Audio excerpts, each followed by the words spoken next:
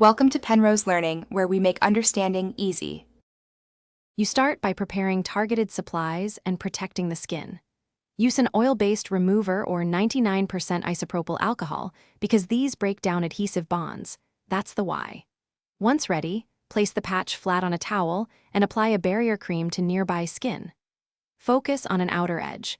Lift slightly and put 1-2 drops of solvent under the tape, then pause 30-60 seconds so the solvent penetrates. This initial loosening prevents hair pull and minimizes residue.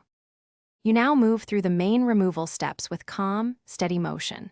Support the hair with one hand to reduce tension, then peel the tape back slowly at about a 180-degree angle. Slow motion reduces breakage.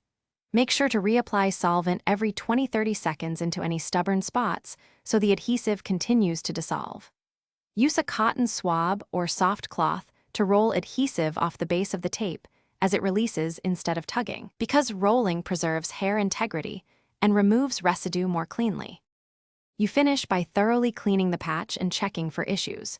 Use solvent to remove any adhesive remnants, then wash the patch and surrounding hair with a gentle shampoo to remove oils and chemicals. That prevents buildup and irritation. If the skin becomes red or sore, stop, rinse with cool water, apply a cool compress, and seek medical advice if it worsens. If sticky residue persists, repeat brief solvent cycles and gentle rolling. Never use heat or harsh scraping, which can damage the patch and hair. Thanks for watching. If this was helpful, leave a like and consider subscribing. See you next time.